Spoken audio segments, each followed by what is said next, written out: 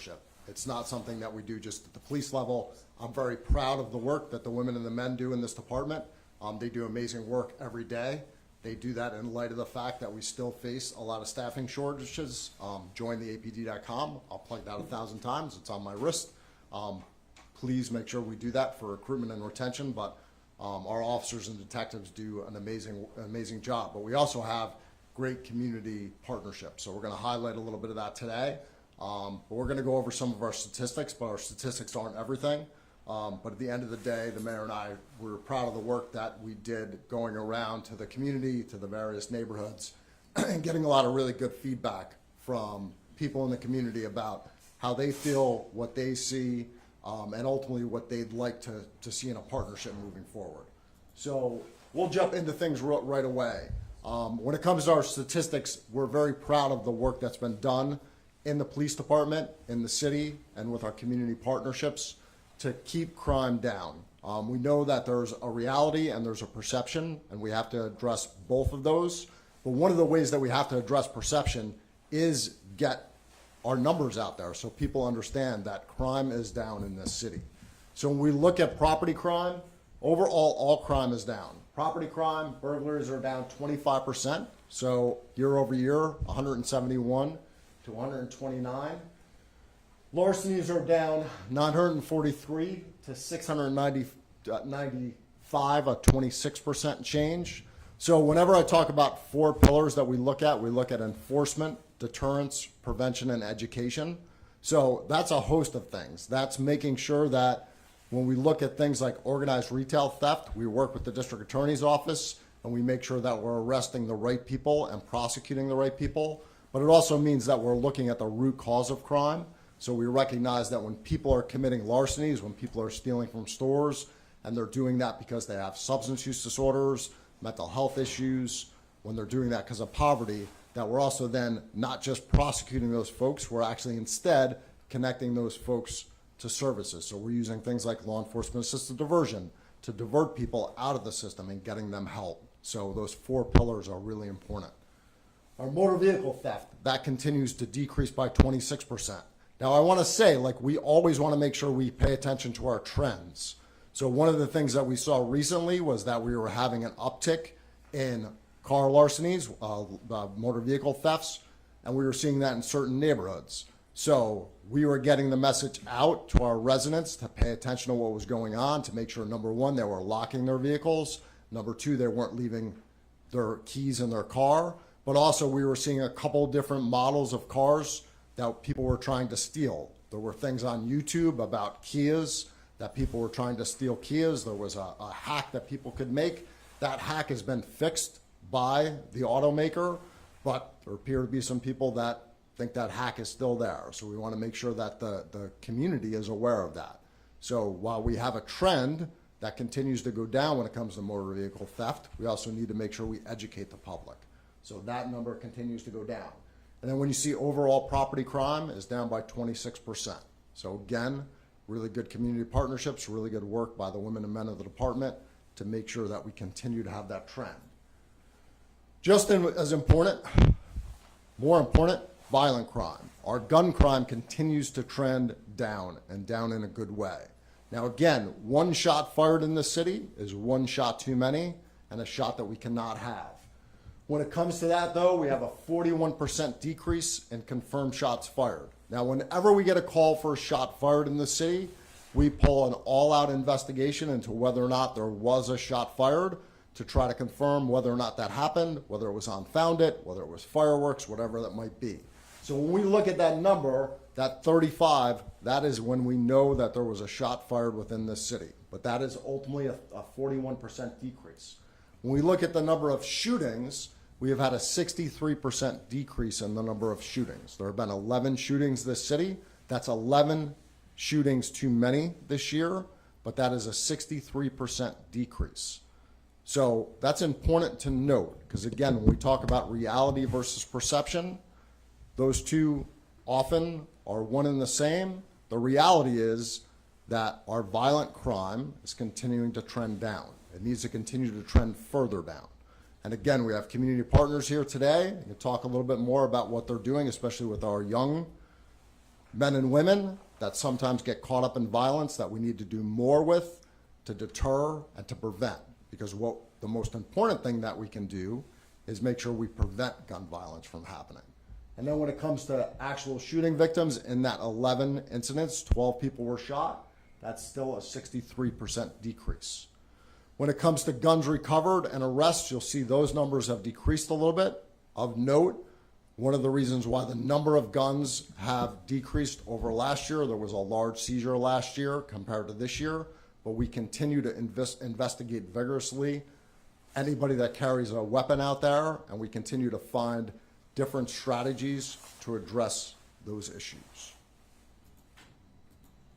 So violent crime, 50% reduction in murder, 3 murders this year compared to 6 last year. Again, there is no murder that is ultimately acceptable in our city. We have a 50% reduction. Sexual assaults, we were seeing sexual assaults on the rise. That number is starting to decrease. Again, we have a lot of strategies in place to address that. And we need to continue to address sexual assaults in our city, especially when it comes to our youth that are in group homes. We continue to work a lot of cases to ultimately arrest and hold people accountable that take advantage of our young youth in the city that are vulnerable. Robberies, we had a 31% decrease. Aggravated assaults, a 4% decrease. And overall violent crime is down 14%. But we have to do this through a lot of different partnerships. I'm going to step away in a moment, but I just want to recognize a couple of people that are up here. So our community partners, David Graham now works for the YMCA, did work for the district attorney's office. David is going to be starting to head a lot of different programming that we're going to refer to him for our youth that we engage through our youth call-ins. So focused deterrence, some of our deterrence is working with our youth that we know that are involved in gun violence, that we ultimately bring in, we speak to, because again, we want to prevent gun violence. We don't want to wait till gun violence happens and just arrest people. That doesn't make sense. So David, through our gun-involved violence elimination initiative that comes from New York State, is going to work with a lot of those youth so we don't just have them in once, speak to them, and ultimately never have contact with them again.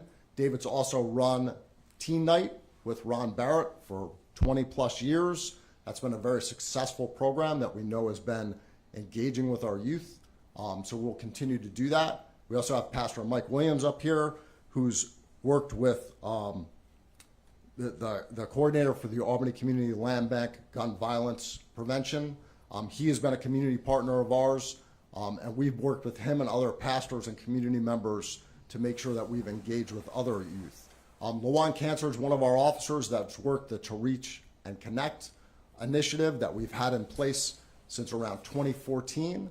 Lawan is one of our mentors of our youth that's really been in the community for a long time, that's really working with our youth that can be on the precipice of gun violence. Many times we have community members that will recognize that we have a youth that's really starting to go down a bad path.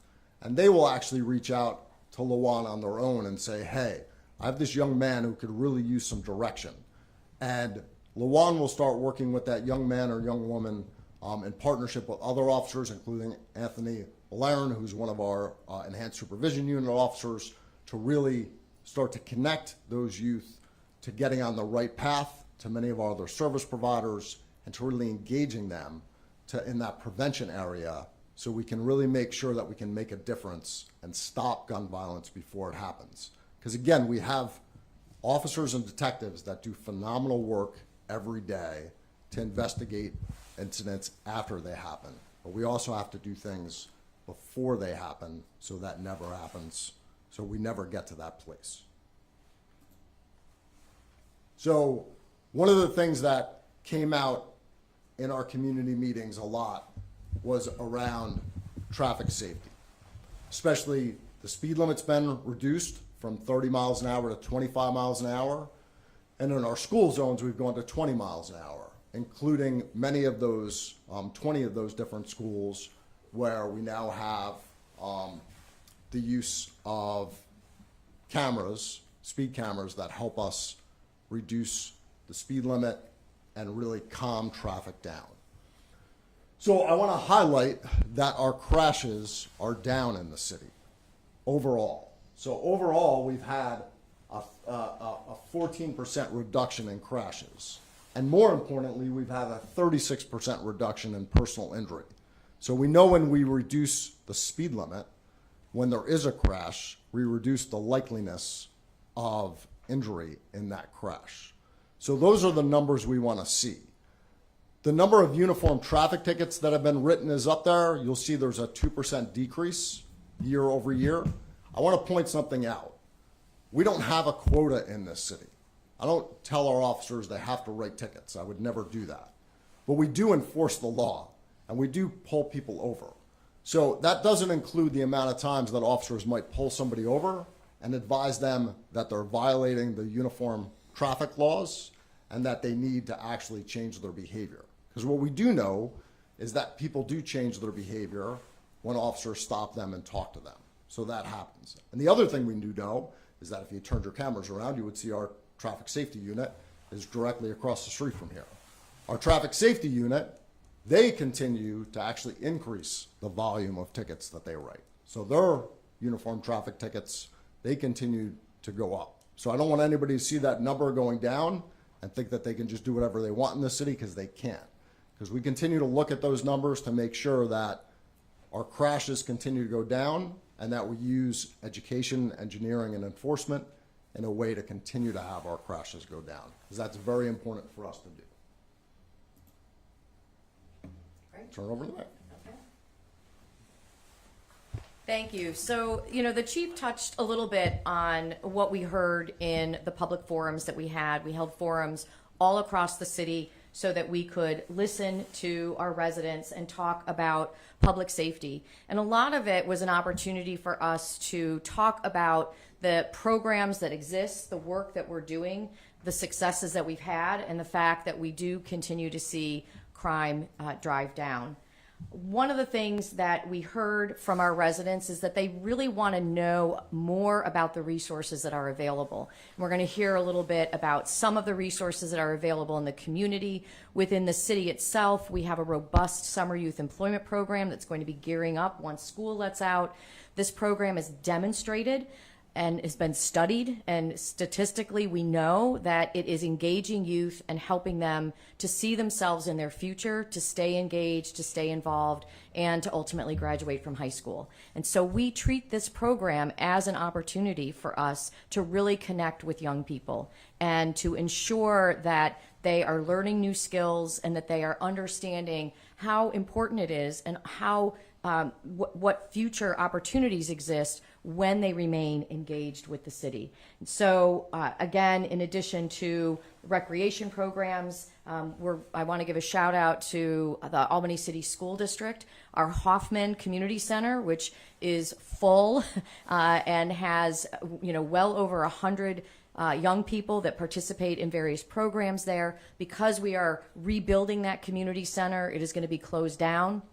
We're shifting that program to Hackett Middle School. So a great opportunity for us to ensure that those young people who do participate have a safe place to go, relatively proximate to Hoffman, and we will be in the Hackett Middle School until the Hoffman Community Center reopens.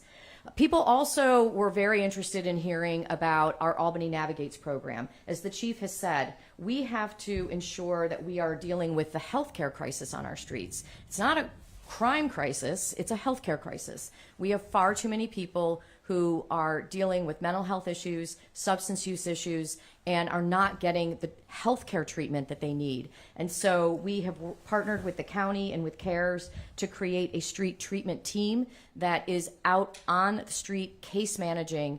The police department is going to be doing similar work. We want to ensure that we are connecting people to the healthcare resources that they need in order to address what are quality of life issues, and certainly for people, it impacts their sense of safety when they see unhoused or unstably housed people out on our streets, in our bus stops, and in our community. And so people were very pleased to hear that we had this program.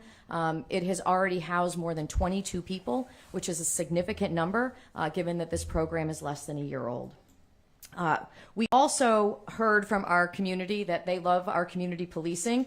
There were frustrations expressed about the fact that we still do not have enough officers to go back to the level of neighborhood engagement officers that we once had. The chief explained that all of our officers do community engagement, but we heard loud and clear, and we talked about some of the recruitment strategies that we've engaged in so that we can get those numbers back up and bring that back to the level. So it is not a budgetary issue. It is not a policy issue. It is not that we aren't hearing our residents. It is that we need to recruit more officers in order to be able to fill all of those slots.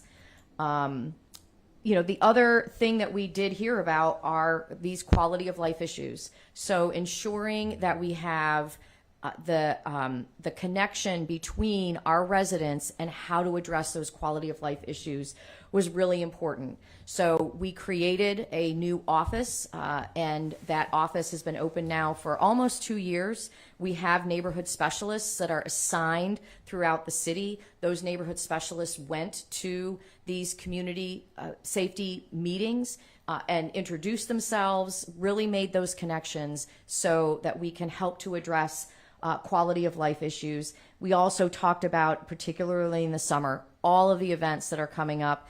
And again, we heard loud and clear, and this is no shot at the media, but maybe it's a little shot at the media. This isn't what they hear about when they turn on the news. This isn't what they hear about when they read the newspaper.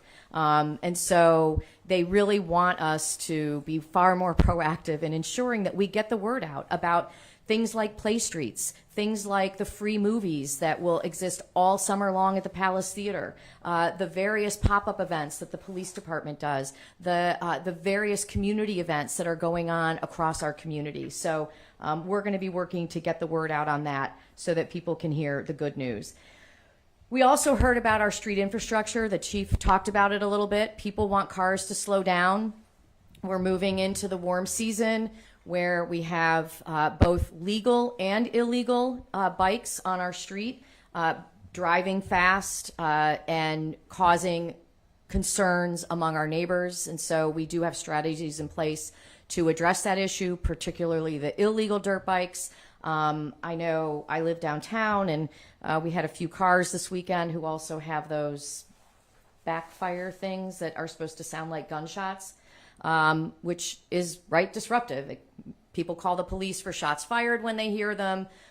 They violate our noise ordinances, but again, difficult to enforce. And so we want to encourage everyone in our community to recognize and respect that we deserve to live in a city where we don't have to deal with that influx of illegal activity. But we've done a lot to make our streets safer, to make them more walkable, to slow people down, and we're going to be continuing to do that all summer. We also shared with our community who their neighborhood resource individual was, the neighborhood specialists, as well as the zones for our neighborhood engagement units. And it was really a phenomenal opportunity for us to engage with the community. We heard many, many positive things. And when we ended those meetings, the overwhelming feedback that we got was, we didn't know this, right? We didn't know that crime was down. We didn't know that you had all of these programs in place. We didn't know the strategies that the police department was engaging in. And so we're going to work to do a better job of ensuring that we're communicating with people more effectively and more impactfully. Any resident who wants this type of information, who wants to really know what's going on, can go onto our city website and sign up to get an email. We're providing weekly emails where we update on issues such as what we're seeing in our community from the standpoint of public safety, as well as all of the hard work that your city workforce is doing in order to keep you safe and ensure that we have a great quality of life. So, Chief, turn it back over to you. Thanks, Mayor. I appreciate it. So, David and Pastor Mike, can I ask you two to come up and just talk a little bit about some of the different community pieces we have going on? Sure. Good morning. Yeah, I'm extremely excited this year. This is a great year for the city of Albany and for young people because, as the mayor has mentioned, they're redoing the Hoffman Teen Center, but we're also getting a new pool at Lincoln Park, and West Hill is getting a community center. And to add to all of that, the YMCA is launching a week from today a mobile unit called the Y on the Fly. And so this is an exciting year for young people because we're making a huge investment. They can really feel good and excited about living in the city of Albany. And I'm really excited that we get to partner with the police chief, working with some of the hard-to-reach young people that may have been misdirected and need a little more encouragement. Because I feel like this is the summer, the time, and we have the time to, and we have the investments to make. We have these programs. We're funneling them all toward the purpose of investing in our young people. And I'm excited because, like, you know, I'm a little bit older, so I might date myself. I used to like this cartoon called Voltron, and, you know, it was just like all these kind of superheroes, in a sense, robotics come together, and they form one big being and one big body that knocks the bad guys out, that knocks, in our city, knocks violence out, knocks, you know, mental health out. We're working together. And one of my favorite sayings is the African adage, if you want to go fast, you go alone. If you want to go far, we go together. So I feel like this is the year we're all going together, and I'm really excited about it. So thank you. Can I just say one thing really quick? I meant to say this before. You know, people talk about wanting to work with our youth, but many of them are envisioning very young people. Yeah. And they are also some envisioning, you know, really good athletes, right? And that's who they want to work with. David works with those kids that people say, oh, I don't know about that, right? Some people even express fear. We can't work with those kids. And that is what we need in this city, is for those who are able to work with those young people who may have veered down a path, but who I firmly and will always believe have potential. Always. We will never give up on them. But the way that we can demonstrate to them that we're not giving up on them is to being able to put them in the path of somebody like the two individuals here who are willing to work with those kids who oftentimes are seen as the largest challenges. So I just want to publicly thank you for doing that. You're welcome. Hello, everybody. I'm ex-Bad Man over with me. Both these gentlemen are a part of the Men on the Mission team, and what we're doing this year is focusing highly on those youth and the areas of adults that seem to have been abandoned by mentorship.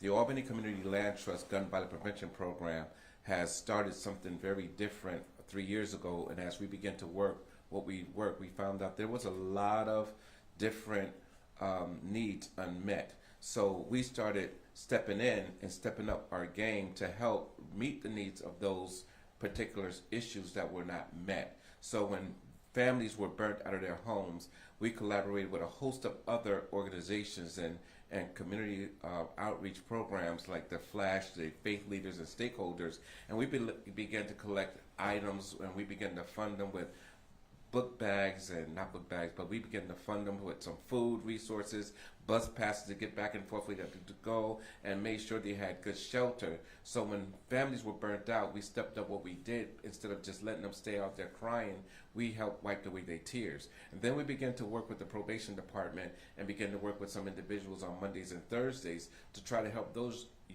individuals develop a mentorship that will help them stabilize their life to step up to be better men and women. And then as Men on the Mission, we began to start a program called The Power of Mentorship. And working with The Power of Mentorship, we brought in Big Brothers, Big Sisters, 518 Elevate. I'll let Batman talk about that part. And we began to do things that focus on what was really missing out there, and that was leadership. A lot of the kids out there that are struggling with finding their way or lost hope, we found out that they lack people that can actually relate to what they were going through to help direct them in a better path. So we put together programs and events that will bring all these families together with the support of the women. We were able to bring women and men together to start meeting the needs of our community from another angle. So now we're starting to see a change in the lives of these kids that thought there was no hope. Now they see light at the end of the tunnel. And as we begin to do more programs with programs that's already established, we do what we can to enhance those programs without without reinventing the wheel. So we go to places like Arbor Hill Elementary School this week. Free haircuts, make sure the kids eat, make sure men and boys know how to tie ties, and connect them with a mentor. So when that mentor leaves that program, they have a mentee that they can begin to help find their way. And as men on the mission, we go as pastors, police, and faith leaders and all that. But when they see a man on a mission, they don't see none of our titles. They see a brother, they see a father, they see a friend, they see someone that can help lead them in a better direction without the title being in the way. So now when we collaborate with the Albany Police Department, they come and they put on their Men on a Mission shirt, but they don't know that's a police officer. Now they know they have a positive influence in their life. They don't see a parole officer, they see a man that's like them that can talk to them. They don't see a pastor, they see a man that can talk to them. They don't see the lawyer, they don't see a title. They see someone that you can talk to me now. And we lead these men in better direction. So now with them learning, with 20 of them learning how to drive,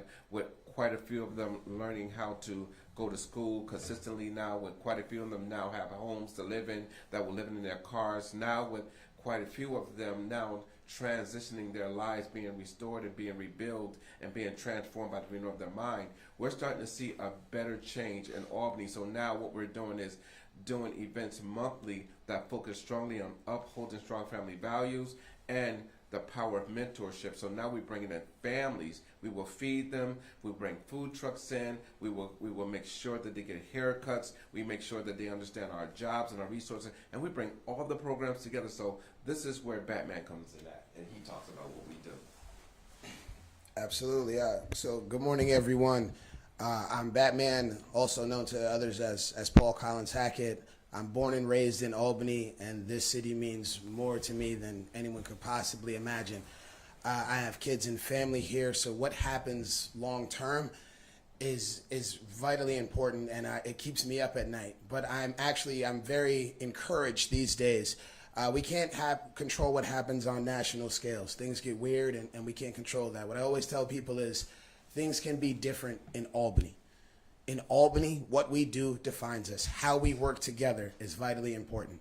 For years, I've wished that we would have some of the things that we have now. All of us working together, investing in our young people. And it's not just about opening a safe space or just opening a thing for them, but what are we teaching? What are we providing? What opportunities are providing? Are we allowing them room to grow and thrive? We meet them where they're at. We do cool stuff. David Graham has dirt bikes and drones and all the cool things that kids want to take advantage of. We can't arrest our way out of violence, and the chief and everyone else knows that. So we're much more proactive these days. This is what I like to see. We finally have community centers opening. I'm 40, redact that please, news people, don't tell anybody, but I'm 40, and for a long time, I've wished that we had a community center. I've wished that we had services that were available.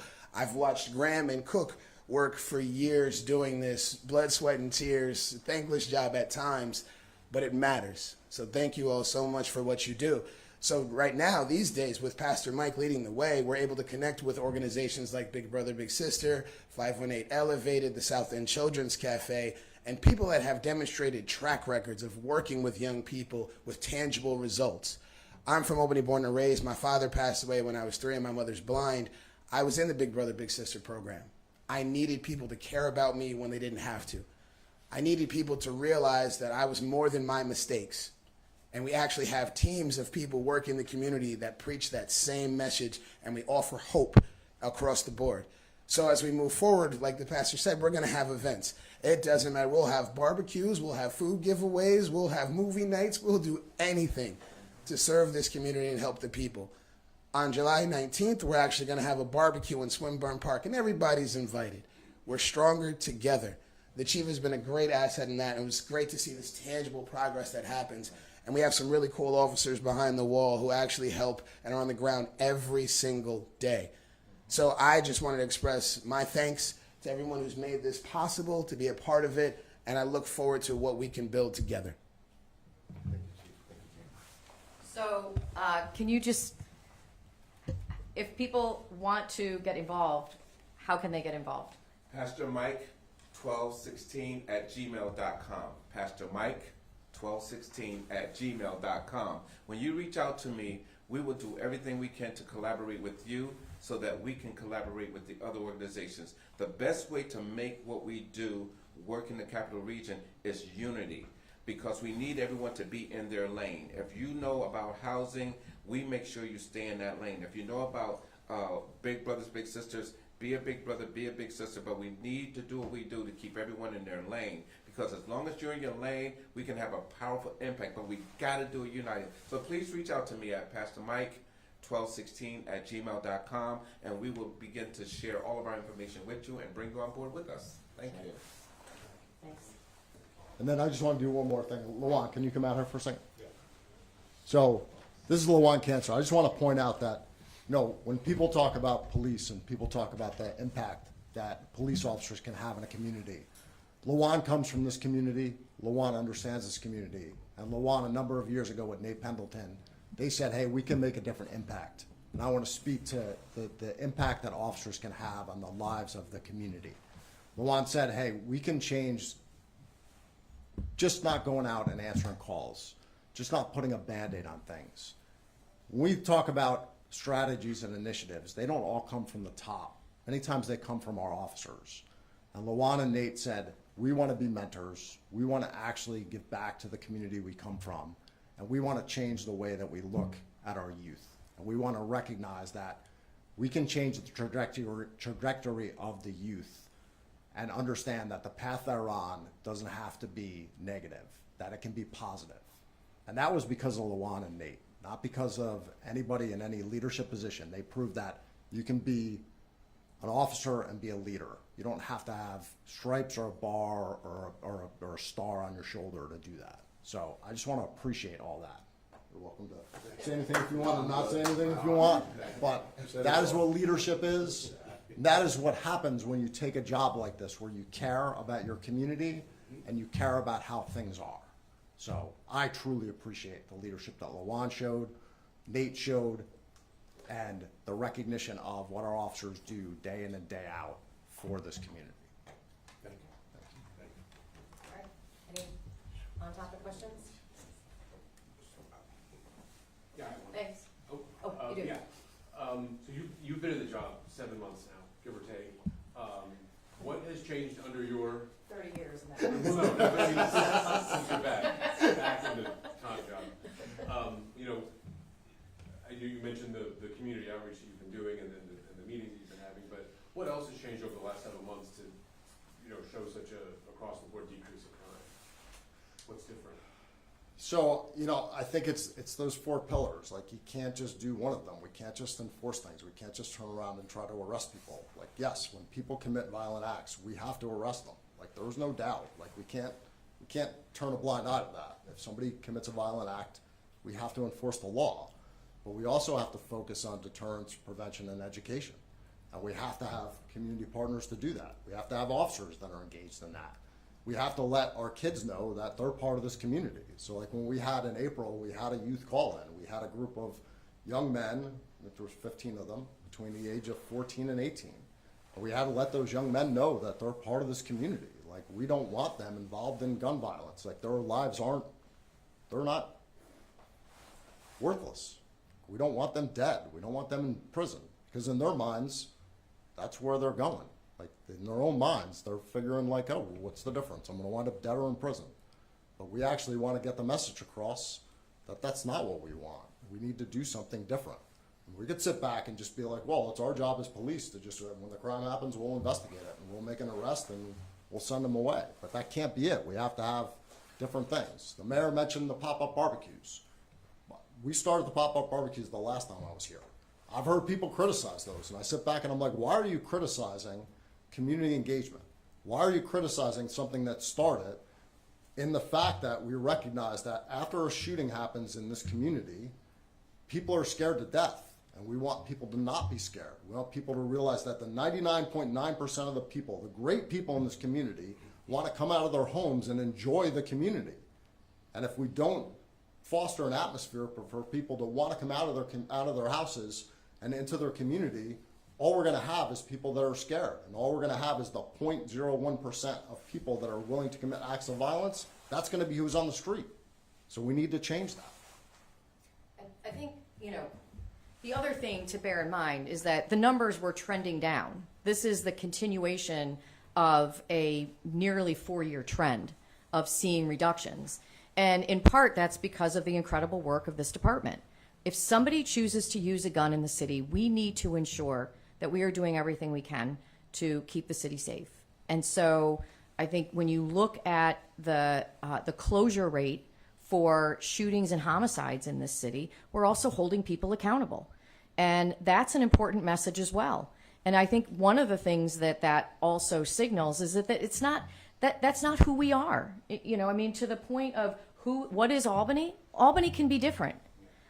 Who are we? We're not a community where people pick up a gun to settle a beef.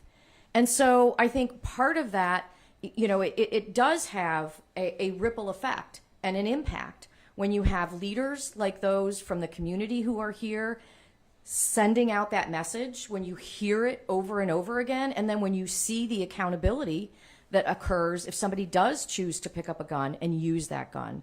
I think that's an important factor as well. So it is the 4 pillars. It's what the chief is talking about, but that is something that has been in place and that this department has been and committed to, and we're seeing the impacts of that. And one of the things that we still don't talk about is what caused the spike in crime. And there are a whole host of reasons, and people will need to study it. But what we saw in the city of Albany was that the rest of the system shut down. It can't just be the police. The probation department had to pivot and work on contact tracing. They were not doing home visits to people who were on probation. Our violence interrupters were not allowed into the hospitals, so they couldn't do violence interruption.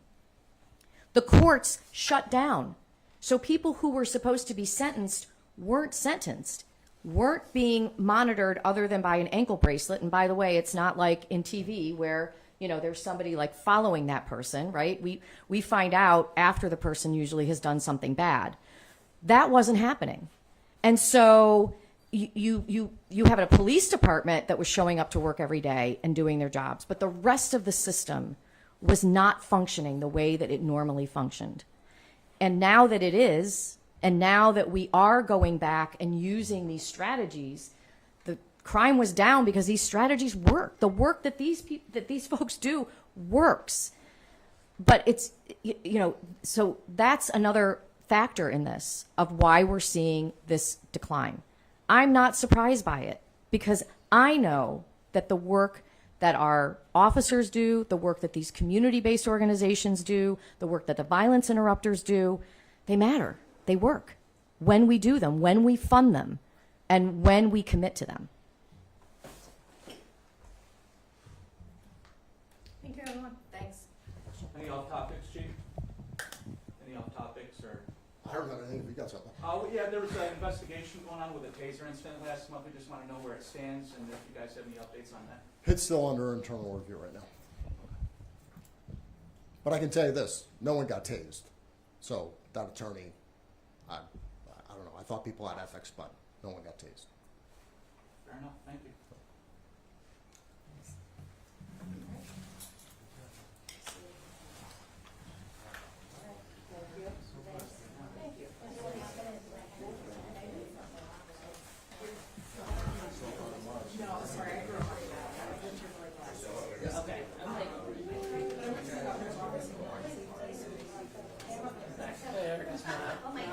I'm coming down off of Rockland.